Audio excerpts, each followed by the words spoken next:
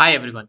Today's question is, which cryptographic attack relies on intercepting and altering communication between two parties? The options are brute force attack, man in the middle, replay attack, or birthday attack.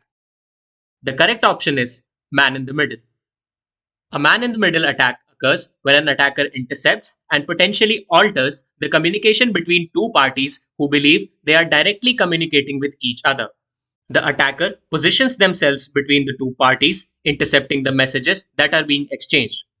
This allows the attacker to eavesdrop, that is, listen to or read the communications, alter, that is, modify the messages before sending them to the intended recipient, or to impersonate one of the communicating parties to gain unauthorized access or influence the conversation.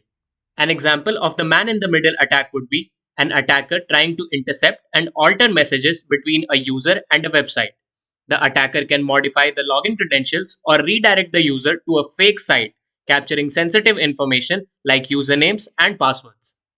Brute force attack involves trying all possible combinations of passwords or encryption keys until the correct one is found. It's essentially a trial and error method.